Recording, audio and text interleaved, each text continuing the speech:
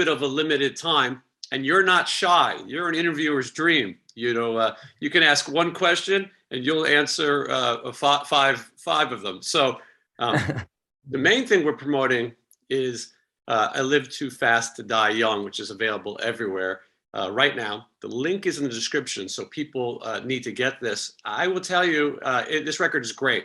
I really, really love it. I'm excited. It reminds me of, I grew up in New York City, reminds me of my punk backgrounds. And so we'll talk about this record much more, because this is a big year for you, and it's a big year for your fans, because we also have Oriental Beat remixed. We have Demolition 23, which I'm also really excited for. Remastered, yeah. Yeah, remastered. So we're going to talk about those things, but I want to start and get this out of the way. You are the final chapter of my Hanoi Rocks interview saga. In the last 3 weeks, I had Sammy Off on. Okay. Then I had Nasty Suicide on, and then last week I had Andy McCoy on, and now we've saved you for last.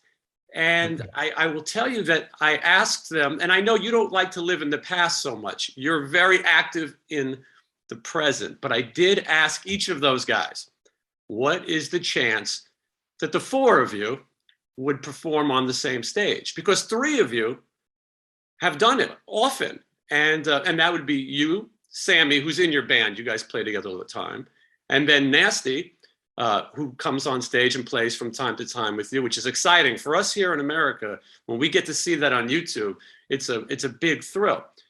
I will tell you what they said. Sammy, we did 2 interviews. The first time he said never say never, could happen, maybe. Second time he wasn't as confident. It seemed like he had a problem possibly with one member. I think you know who that member is. Then Nasty said he was a little surprised. He doesn't do as many of these interviews and answer those questions. And he said that as of right now, he doesn't think he could do it, but never say never as well. Now, Andy said he would consider it, but it would have to be 5 members. And I believe he was referring to Jip Casino as well. Jip Casino. Yeah, and that would be the 5 original core members of Hanoi Rocks. But Nasty said he was fine with Jip, and he was fine with you, and he was fine with Sammy. He wasn't so sure where things left off. So, Michael, I know you're probably sick of this question. Is there any chance you guys could be on stage one more time? I would say never say never. No, I would rather hear that. My favorite band all the time was the Ramones. That's what got me into punk rock, and none of them are here. You know, the original 4. Everybody says never say never, but I say never say never. So okay. So you could leave it at that.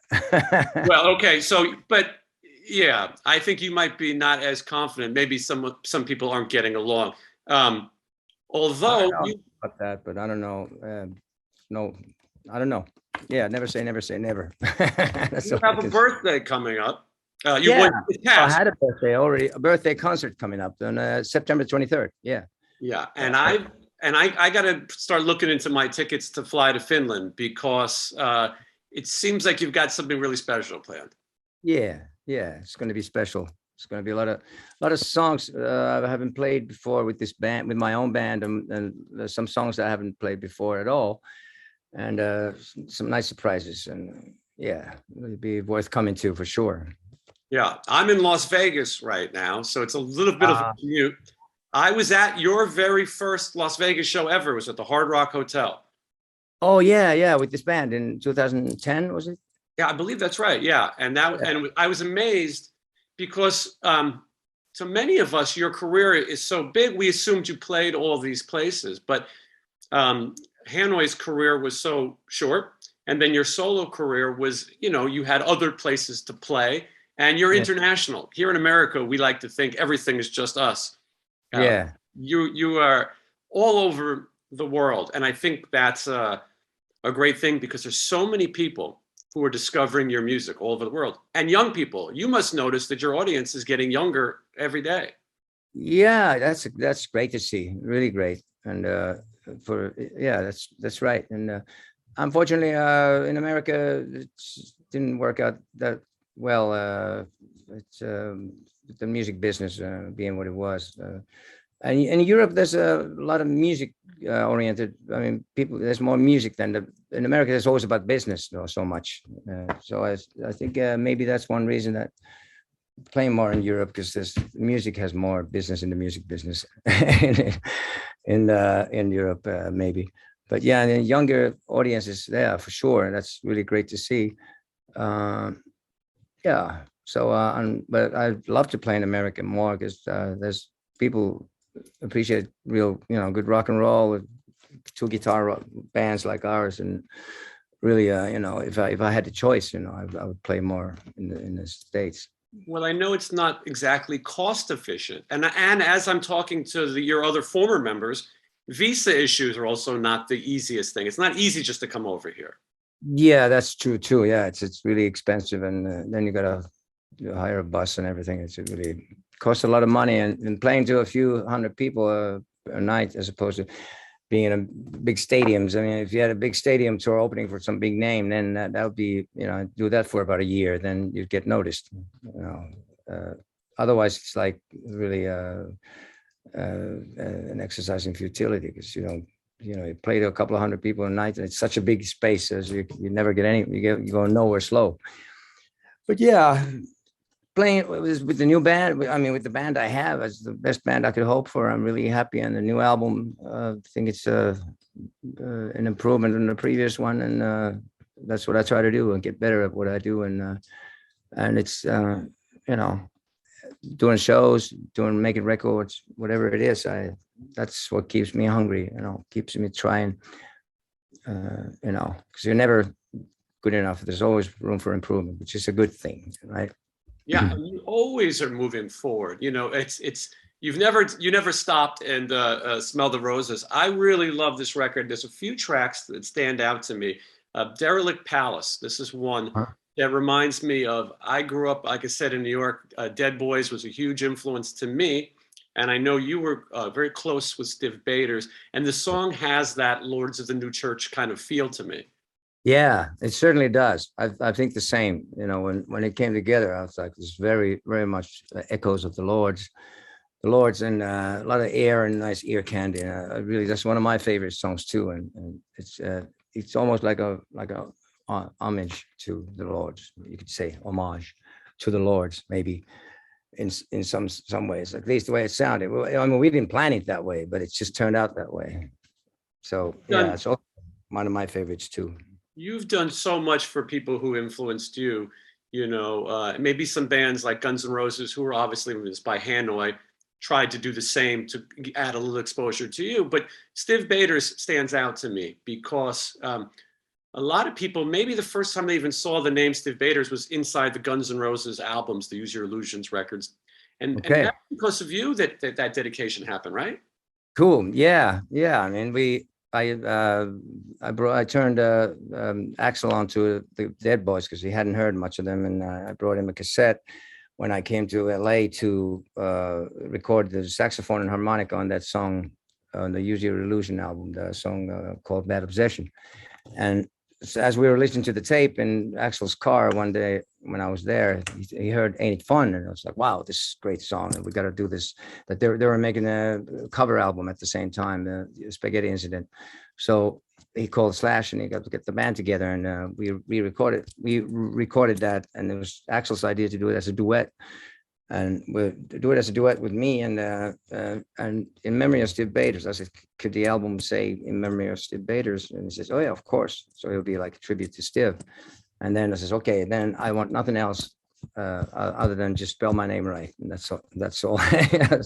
So I didn't want any money or anything. I just wanted Stiv's memory to be, all millions of their fans would see Stiv's name on the album and find out about Stiv, and that was a cool thing. I thought it worked, and you're a man of integrity, obviously, and you don't do things for cash grabs and things. That's why even these questions about performing together, that's not your motivation. Not the money, no. Yeah, and so to add that to Stiv, I think a lot of people, Ain't It Fun's an incredible song, and I think Guns N' Roses added some some new ears to Dead I Boy. think that, yeah, I think that song was really special. The way we did it in the studio, we sang it like face to face. Like with Steve, Steve used to have this ritual. He had candles around us in the studio when we did something together. And he had some magic words he said too. I don't know what that was, but some kind of ritual, you know. And we sang it with Axel face to face, and really, Steve was definitely there in spirit. It was you could even Axel sounds like Steve in places on that song. And it was really a cool, magical thing that happened there. And of all the songs, all the covers on that album, I think that was one that really added something more to it. Oh, I agree. It's a standout.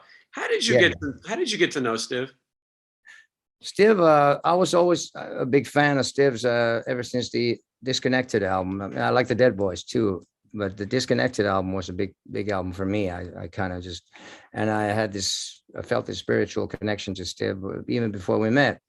And then I met him in London with Andy. We were walking in Portobello in 1982, I think it was.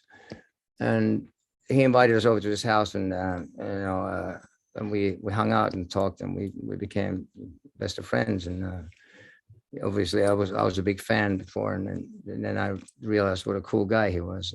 Really taught me a lot about like song arranging and many things, because it was one of my favorites, absolute favorites, frontman, and got a lot of moves from him live too, like swinging the mic around your neck and the fix. And then I saw some video with Iggy Pop doing the swinging the mic around his neck, and some later on I think, okay, so Steve was passing on the legacy partly, but he had his own moves too. I mean, he was incredible live. It was really cool. Steve was really something else, and he was a wise, really old soul, and really spiritually aware, and really living, breathing rock and roll, the essence of rock and roll. I've had a lot of people on the show who've known him, and Cheetah Chrome has been on, and people like, cool. Yeah, and people always say such nice things about him. The legend of these punk rockers. Sometimes you think you expect this crazy person. Maybe he also had a little bit of a crazy side, but everybody agreed that he was a very nice person. He was a sweetheart. He had a heart of gold, but I mean, the image was nasty, little Steve, and that little brat and all that. That was his image. But he was really the sweetest guy you could ever meet. When you get to know him, he's a real heart of gold, and really smart. And he knew so much. He knew maybe too much for his own good. I can picture that. I want to talk a little bit more about "I Live Too Fast to Die Young," available now. Another song that relates to me, and I'm sure tons of other people, and unfortunately dearly departed. This is a really haunting song. You can tell this is from your personal experience. And boy, it's, this is an easy record to listen to, I say. It really is fun. But this one is heavy. It is heavy, yeah. It was, I wrote the lyrics after my late wife passed away already in 2001. I felt it was a bit too heavy and too personal and sad to record until now. A few months before the recording of the album, I figured it might be a good time for that song to be recorded. And I had made a demo of it back in the day, in 2001, and it was with drums and everything, and it had a bridge which I left out. I rearranged it. I made it just the verse and the chorus, and then I sent it to the guys in the band. And then Sammy had this idea for this approach, the way it's on the record, with the haunting kind of, with no big drums, just this kind of very haunting vibe. And because he used to know my late wife as well. We used to hang out. We had many nights in New York. We stayed up and had some heavy conversations, and we're reading books and listening to records, and really so he had kind of captured that vibe too from those nights, and we were like, oh, really had some memorable nights and together. So he sent me this idea with a demo of this idea, and I heard that. I was like, wow, that's it. I did a vocal on it. I said, this is going to be the end of the album, the last song of the album. And it kind of goes well with the death theme that appeared after I came up with the track listing, with the finalized track listing, I realized that the first song is called Murder, the Summer of Love. And the second to last song is I Live Too Fast to Die Young. And the last one is Dearly Departed. So I was like, okay, there must be the right order because they kind of like shaped up and fell into place. But yeah, Dearly Departed, it's as much as it was from personal experience, it's about losing someone near and dear and having to readjust your life to it, and having to readjust your life to that situation, which unfortunately most of us go through before too long in life. And yeah, it was a very personal one for me, and I captured the emotion and the atmosphere and the haunting vibe and everything. Absolutely. Special one, yeah. Was it your late wife's title? Did she come up with the name Dearly Departed? Yeah, she actually did, because we used to write lyrics together, and she wasn't really feeling well at the time, and I was trying to cheer her up and say, come on, let's write something. And you're getting titles, and I was working on the song, and she said, how about this, Dearly Departed? And I said, okay, well, yeah. So I started working on it, and then she passed away, and then the song became about her. And that's how it came together. And so I did that, and it also had a bit of a Steve Bader's vibe also in that song when I was writing it, I remember.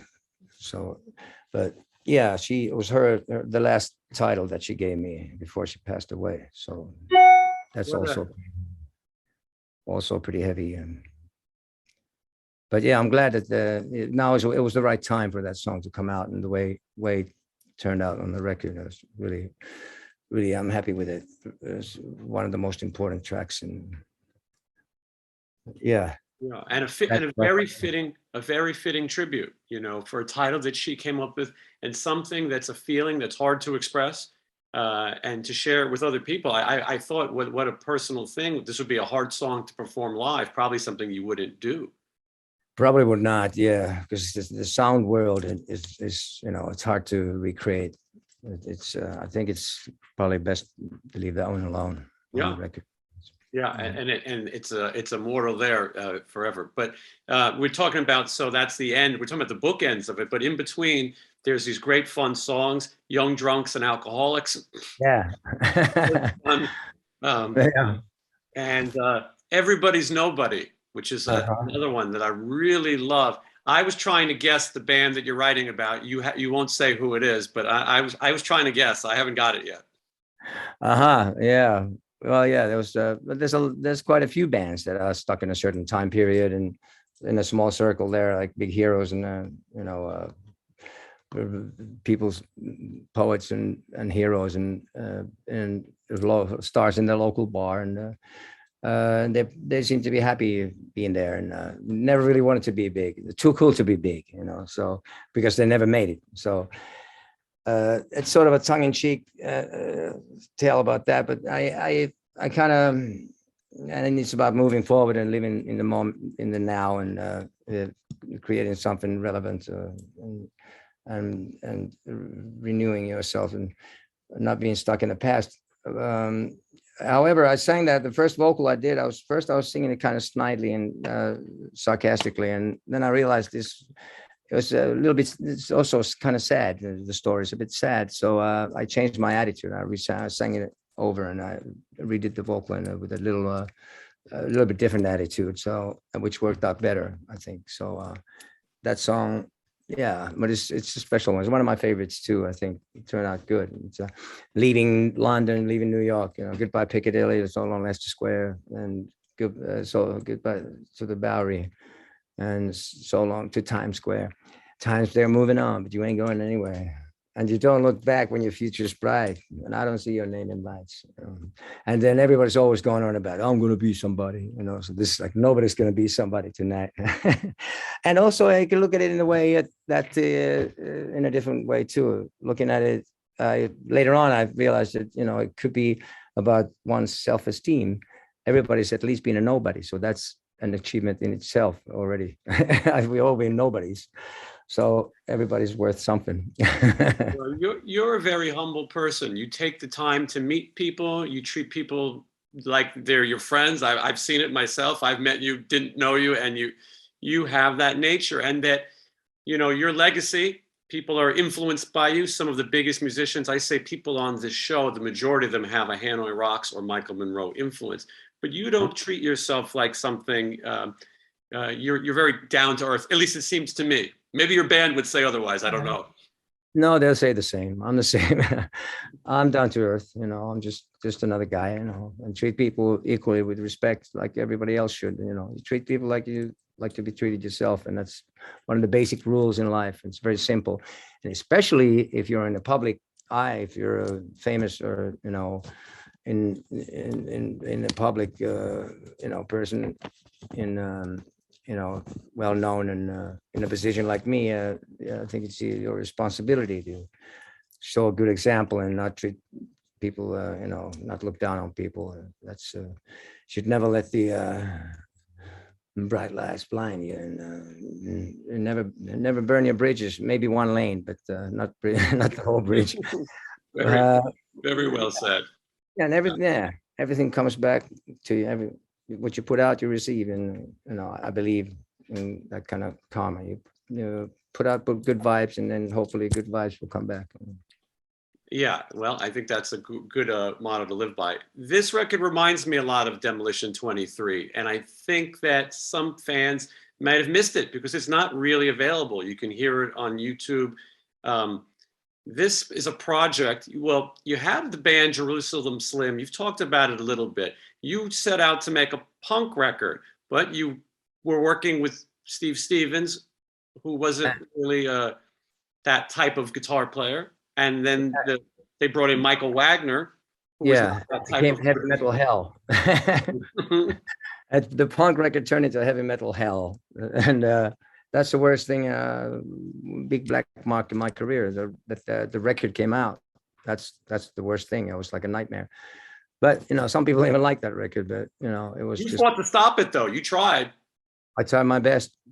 Didn't have the support system around me. I didn't have the manager. Didn't support me. Nobody helped me. So, and by the time they were done with the recording, there was too much money was spent. So the record label said they had to put it out to get some of the money back. So, and I had to get off the label as a result. And that's the whole process sort of kind of screwed up my situation in the States. So, well, you demoed songs the way that they were supposed to be, with the style of music that you wanted. Yeah, it was promising. Yeah, it was sounding good. It was promising. I wanted Little Steven to produce it. If Little Steven would have produced it, it would have been fine. He would have been fine, you know. But the record label didn't allow. They said no, Little Steven can't have that. So which was crazy. And I should have just stuck to my guns. And Stevens didn't support me either with that. He should have been. It should have been. There's one thing that it should have had Little Steven produce it, and then it would have been good.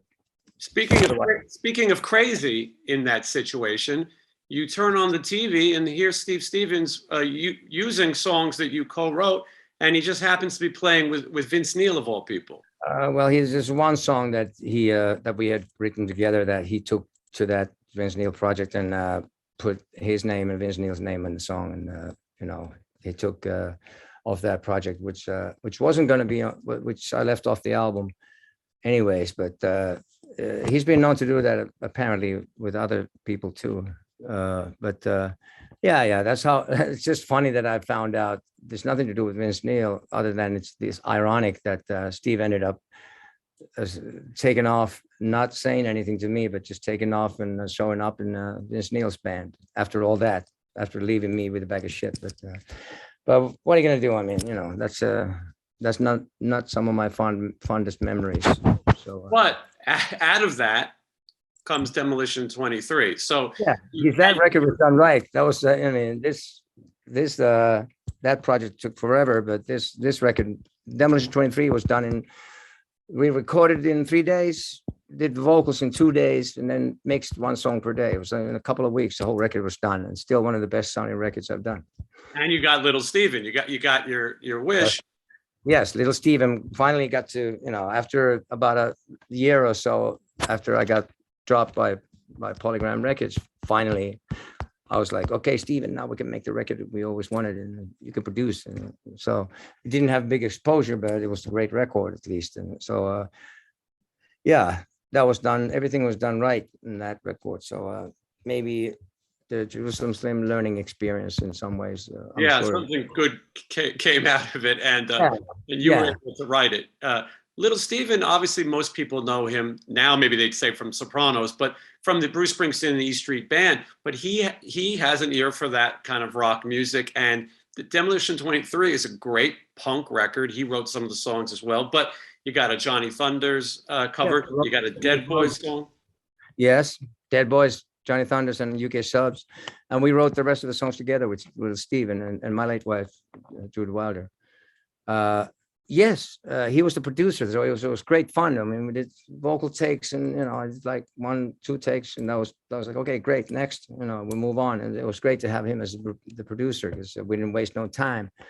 So yeah, everything was done right musically about on that record, and it hasn't been available for over 10 years. It hasn't really been about 15 or whatever.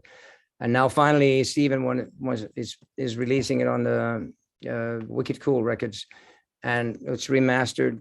Sounds much better. It sounds more kicking. There's more drums and stuff, and it's coming out on vinyl for the first time ever. It was never out on vinyl before, and CD and digital in every format. So in October. Which is exciting. It's exciting, yeah. For fans like me, these are almost considered lost records, and for younger people who are fans of your career, boy, you're going to get something that you might have missed, and so I think that's great. The new artwork too. Rich Jones made the artwork. We got some new photos and stuff, and the artwork. I think there's a poster too. Rich Jones, who's done all the artwork in my record on the last 4 records. Did I dug out some old photos and stuff, and we make a nice package too. So nice, cool. Yeah. You always put together 3 bonus tracks as well. Yeah, even better. Demos that we did. We recorded at the Baby Monster Studios in 14th Street before the recording of the album. We did 3 songs with the Hammersmith Palais, Dysfunctional, and The Scum Lives On.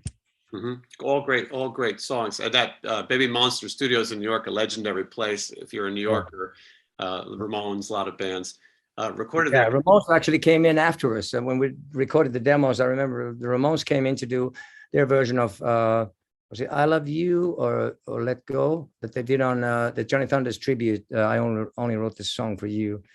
I think it was "Let Go." They covered the Heartbreakers song in it. So I remember when Johnny Ramone came in, I was like trying out his sounds, and he's like, you could hear it in every room of the studio. We were just finished, and he came and started plugged in his guitar, and it sounded great. So yeah, the Ramones used it in the studio too. Yeah, he lived not too far. He probably walked there with his guitar in a bag. The usual. Yeah, he's most right. Most right, absolutely. Your guitar player Jay Henning. What a tragic story. Unfortunately, in your career, there is a lot of tragedy. Life, there's a lot of tragedy. But Jay Henning really played some great stuff on this record. He was really great. He would have been a superstar. Yeah. What happened? I heard that he was injured and he couldn't get overseas. He had some visa problems, and then he left the band. Is that what happened? Yeah, he couldn't. He was in a. He was hit by a car in Alphabet City, and then he broke his leg, and then he went to the hospital. When they didn't notice it was broke or something. They had to break it and put it into place because it has grown. The bone had grown crooked or something.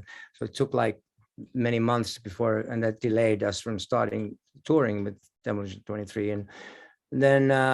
We were set up to do a tour of Europe and go to Japan, and a couple of weeks before that, Jay got arrested in Alphabet City for scoring, and then I got him.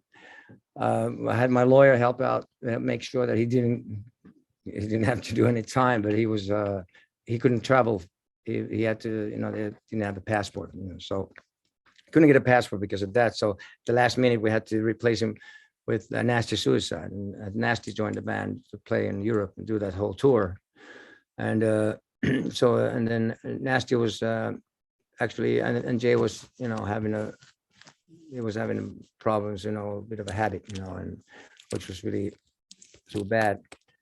And then he came to a point where Nasty said he was going to join the band permanently, but then he changed his mind, and then I couldn't find another guitar player, and then the whole band just kind of disbanded.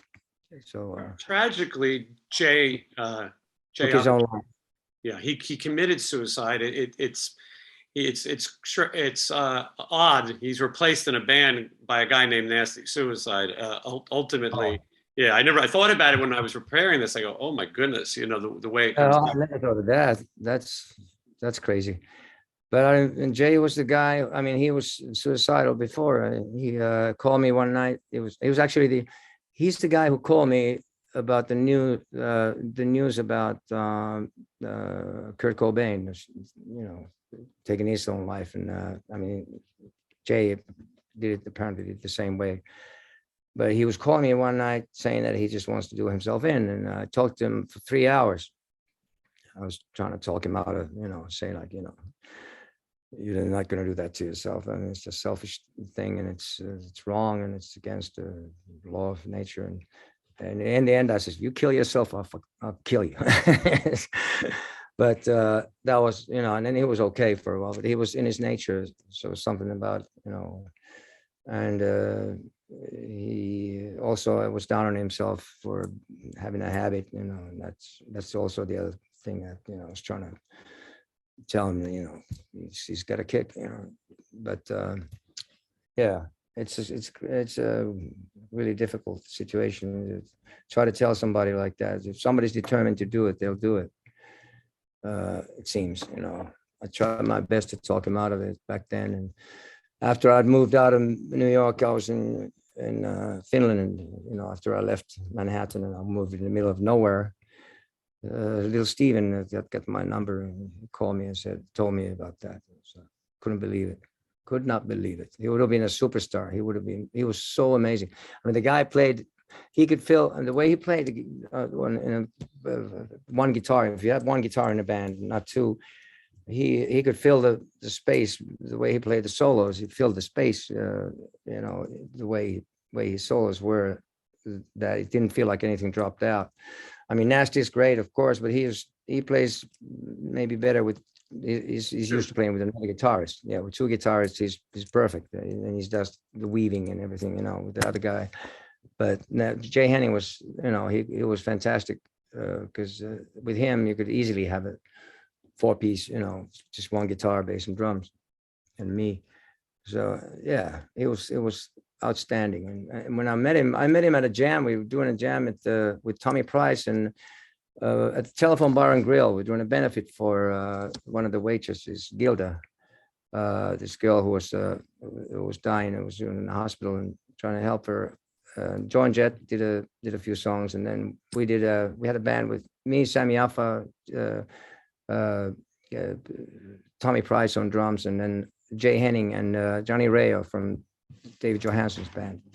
So those, that was the band. We did some cover songs and did about maybe 6, 7, 8 songs, something like that. And Jay was amazing. He had snakeskin platform boots, and he could play all the Alice Cooper albums, even the first 2 albums, the weird ones, Easy Action, Pretty's for You and Easy Action. He could play all those songs on those records too. And it's like, I never met anybody like that. He was outstanding and an incredible player. It's a real tragedy that he took his own life. He would have been a superstar. You speaking about him and this record coming out again really helps pay tribute to him, and maybe let some people, it keeps him alive in a sense. Yeah, the record was, originally it was dedicated to the Steve Bader's memory of Steve Bader's, which is it still is, but now it's also dedicated to Jay's memory. It says in the artwork, and it's also in memory of Jay Henning. Yeah, so I want to make sure that people know in October they can look out for that. It'll be everywhere. You have a chance to hear that. The final time that the 4 Hanoi Rocks members that we talked about earlier played was with Demolition 23. That was the last time you four were on stage. Yeah, there was in Helsinki at the Helsinki show. The second time I think we came to Finland. The first time we came, everybody was expecting it, and I wasn't in touch with Andy. But then second time we came here, I invited Andy to join us, and he did, and he had to relearn his songs. What was it? We did 79, not 58. The Problem Child and It's Too Late. Those two songs, and Jimmy Clark on drums, and four of us played together. Yeah, the only time.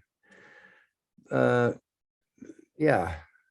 that was the only time we've been on stage together, the four of us. But like I said, you have not spoken to Jip Casino. I would like to. Do you have his number? Yeah, I have his number, but I mean, I don't know if how to, you know. I think he might be up for it. I think Sammy said he speaks with them as well. And yeah. He's around. Yeah, he's you know, I mean, if any reason would be for playing together with those guys, it would be out of curiosity that how would it feel to play with the original Hanoi members? That would be just out of curiosity.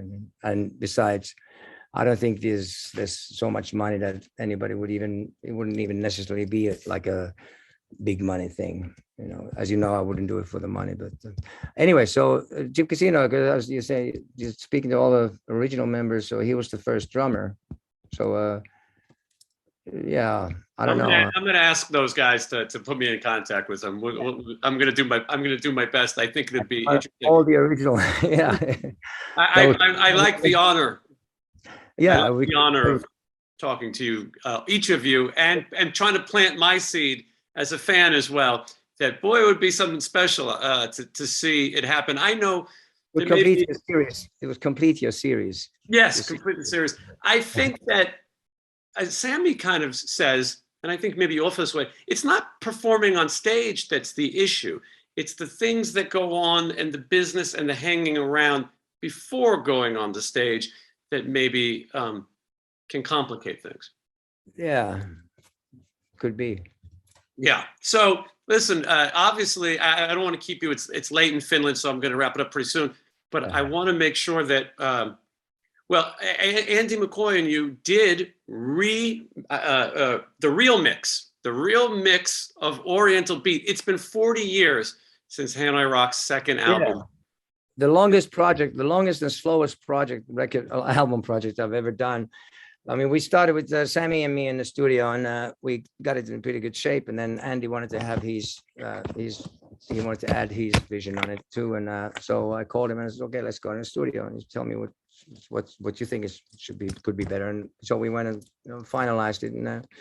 And Nasty and Jip had been in the loop, giving their input. And so we mixed it together, the whole band. It's the real mix. Yeah, the real mix. The 19th century edition, 40-year anniversary, 19th century edition, the real mix by Hanoi Rocks. These tapes were lost, right, Michael? The tapes were lost in Germany, I think. That was what we were told, and we thought that was when the Guns N' Roses were releasing our European catalog and on the Uzi Suicide label in the States. We wanted to remix that album, and then we were told by the record label in Finland that tapes were lost. They were sent to Germany and lost, which I couldn't believe, that they would send the original tapes and not make a safety. And only a couple of years ago, I got a tip from somebody who was at the Universal Music warehouse somewhere. Universal owns that stuff now in Finland. So they had seen these multi-track tapes with Hanoi's name on it and on them. And so I called the head of the label and asked him, could somebody take a photo of the tapes? And if it says Hanoi Rocks at Vision Studios, London, then those would be the Oriental Beat tapes. And then there were. I was like, wow, now we can remix it. And think we did, because I mean, I'm sure a lot of people grew up to this. I mean, the record has, the songs are great, and sometimes when you're young, you know, you fall in love with the record, and it's even no matter how it sounds, you think it's still great. And but I think in this case, it's really it's like night and day. I mean, the original mix was so badly screwed up that I'm sure people will know what we mean when it comes out. And now it has the sound it deserves, because it wasn't recorded too bad. We had rough mixes on audio cassettes, and we thought it was going to be fine. And then we got to hear it when it was already pressed on the vinyl, and it was too late to, or we thought it was too late to change it. You know, had I known what I know now, I would have said, no way, no, just mix it. But no, 40 years later, what do you know? It's going to be worth the wait. And it's another thing in your career that was sort of a thorn in your side that you've gotten to sort of right the wrong. Yeah, that's true. That's true. It's a good year for sure. Yeah, it was. I'm sure that set back Hanoi's career for a year or two, maybe because of the sound of that record. It was the second album was really important, and it would have really hit home so much stronger if it was mixed right. So yeah. Well, better late than never. Yeah, better late than never. Michael, I want to recap these things that people can look forward to. Your record, I Live Too Fast to Die Young, is available everywhere now. Link in the description. And just to make sure we got that right. And then also Oriental Beat, the real mix later this year. Yeah, and November. And then in October's Demolition 23. And I'm hoping that we're going to get your book translated to English. Could that be this year? That's probably going to be, I would say, next year. Also, there's a documentary about my life and career that's going to come out next year. That's what we've been working on for a couple of years now. So Michael Monroe documentary will come out, movie next year too. And I'd say the book is probably going to be next year too now. But it's in the works now. Finally, we're getting it translated. And, you know, it's a long story, and I had to reread it and check it out. Yes, I would say give it till next year. Yeah, there's a lot though. If for fans of Hanoi Rocks, for fans of Demolition 23, and for fans of you, there are a lot of things to look forward to. Absolutely. I'm so grateful that you spent a little time with me today, and we got to talk about all these things, and maybe turn some people on to some new music, because I think that's the best thing. The old stuff is amazing; it's there, but this new record is right up there, and I hope people will grab it. Thank you. Thanks so much, and thanks for having me. It's great talking to you too. Thank you, Michael. Okay, take care. Bye-bye now.